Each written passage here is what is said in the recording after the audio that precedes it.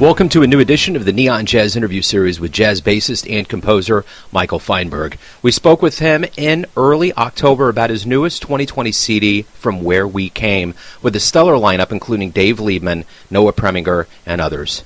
This album is his seventh as a leader. Back in the day, back in Miami, he decided to take composition more seriously when he was ramping up in the jazz world and began to work on his sophomore album, 2009's Evil Genius. From there, he moved on to New York, and his career has taken off since. He's got a great tale, and we have it here. Enjoy. So thanks for taking a minute out. Let's start. You got new material out. It's coming out during a pandemic. Talk to me a little bit about your feelings on that. Yeah, well, when we recorded it, there was no pandemic. So this all changed kind of, in real time for us and everything we were anticipating doing with the release and all that kind of stuff. But generally speaking, I don't think the release is being terribly impacted, just beyond the fact that we can't go on tour, which is something that is really important for promotion and just for us as musicians. We got to play. It's who we are. So that part of it is tough. But I'm really happy so far with the response. Critically, I've been hearing good things. We're going to start to get some reviews coming out, and guys like you are starting to, get in touch, which is awesome, and I'm very grateful. So thank you for reaching out. And, we're getting a lot of streams on Spotify, which is really cool. So, we're just in the beginning stages. We'll see what happens, and we'll figure out how to go from here, because we're all kind of doing the same thing. And you said you got a live stream tonight, so talk to me a little bit about kind of, what you've been doing during the pandemic to keep yourself active since live shows have been shut down. Yeah, so a lot of what I've been doing hasn't, let me say that, hasn't changed a lot, because it has changed quite a bit. But I'm still performing, I'm still recording, still writing music, still recording music. So, I've been just as busy as ever.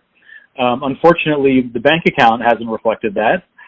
Things are, gigs pay a lot less, recordings pay a lot less, and, we're all got bills to pay and all that stuff piles up. So the amount of work that I've been doing actually might be more than before the pandemic, because all of a sudden I was, stuck with all this time at home. So it kind of pushed me into completing a few projects or getting a lot more work done on some stuff that I kind of had on the back burner. And so that's going to result into new albums that are going to probably come out in 2021. So that has actually been one of the positive, the silver linings of the pandemic for, my output. So talk to me a little bit about you're from Atlanta. Talk to me about your childhood and how you kind of got involved with music and how it kind of led up to where you're at today. I grew up in Atlanta, and there was not a ton of, jazz in particular that I was exposed to at a young age. I started playing music. My dad was a huge music lover, still is. But he introduced me to a lot of eclectic music. He had a nice CD collection. So, there was all kind of stuff from Grateful Dead, Bruce Springsteen, Rolling Stones, Carlos Santana, to like Chick Corea Electric Band and some Leonard Bernstein and Thelonious Monk. So, I kind of had access to a lot of different music growing up. And I started playing music around 8th grade, just for fun with friends. We started little bands in the garage kind of thing.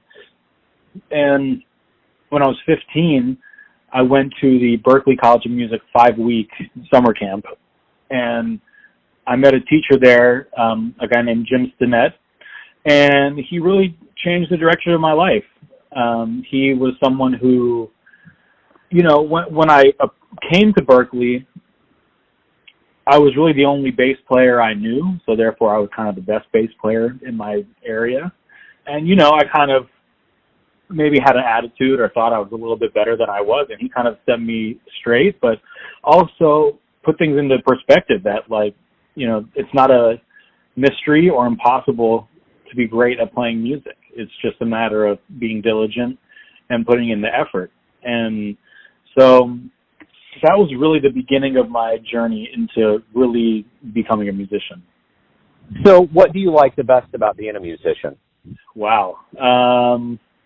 Well, I don't know that I have a choice. I don't really feel like there's any kind of alternative. I think it's just who I am. But the thing that I really appreciate about it more than anything is that it opens up a lot of different doors. It allows you to interact with people across, many generations. I recorded an album with Billy Hart, who's, about 40-something years my senior, and we have a great relationship to this day. And that's not someone who I know, you don't often become friends with septuagenarians when you're, 28 or however old I was when we met, I've gotten to travel all over the world, Cuba, all over Latin America, Europe. So that's, all over the U.S., all kinds of places in the U.S. I mean, I've played so many gigs in places that I never even knew existed. And, it's cool because it really lets you into people's, personal space in a very special way when you play music for people, so you get to have these kind of really intimate interactions with people all over the world, all different people. And that's something that you don't really get to have in a lot of other types of careers. When we do return to the stage and the audience, what do you hope both musician and audience member realizes about this absence away from live music? Well, I've been performing for about 5 or 6 weeks here in New York. There's a club where I have a residency at in the Lower East Side, and they opened up for outdoor dining. So we play duos and little trios out there, which is, not the same as having the full band or anything, but it's a way for us to keep the music going and all that stuff. And the reaction has been incredible. The spirit of people, I think that we take for granted sometimes, especially, I'm in New York. There's some places where it's just so ubiquitous. You don't even think about it. New Orleans, places where you just have all this great music around you all the time. Nashville, these great music cities, and people who live there, whether they realized it or not before this, I think they definitely realize it now, and they've been incredibly responsive, very grateful, very gracious, doing a lot of, basically we're doing glorified busking. We're playing on the street. The clubs pay us very little, and we are dependent on people's support. So that's through live streaming or whatever. Everyone has these different ways of doing it. But I think for sure the response has been overwhelming, that people really have a strong desire for live music to come back.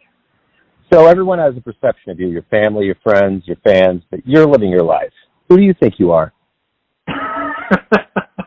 Well, yeah, man. I am totally paralyzed with fear at all times about the state of the world. So I'm just kind of operating on a different wavelength, I mean, every day is a nightmare. And I say that with a smile on my face because it's like, yeah, it sucks. It is so bad. There's not, in my life, I don't know anyone who feels like things are great, or even like acceptable, on any level.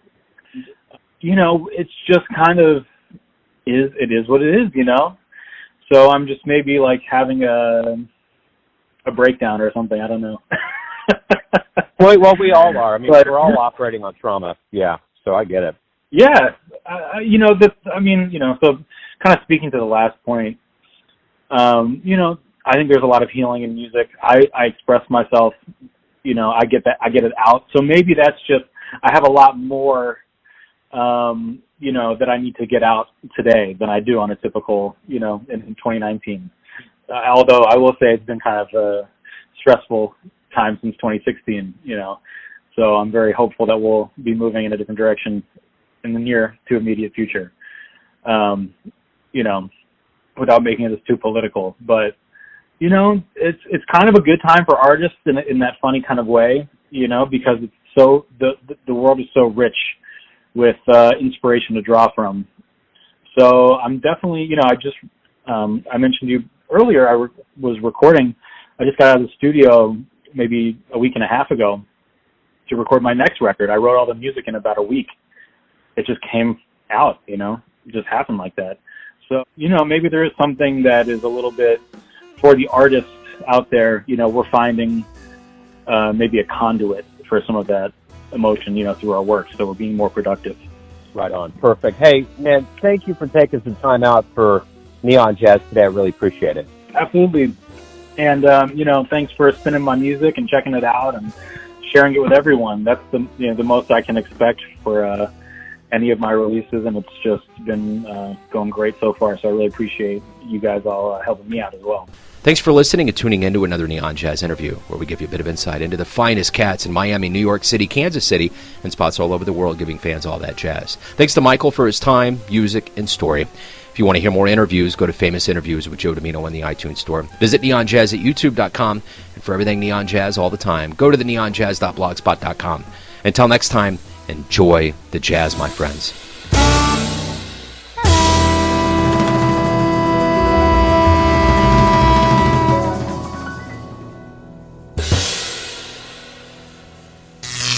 Neon Jazz.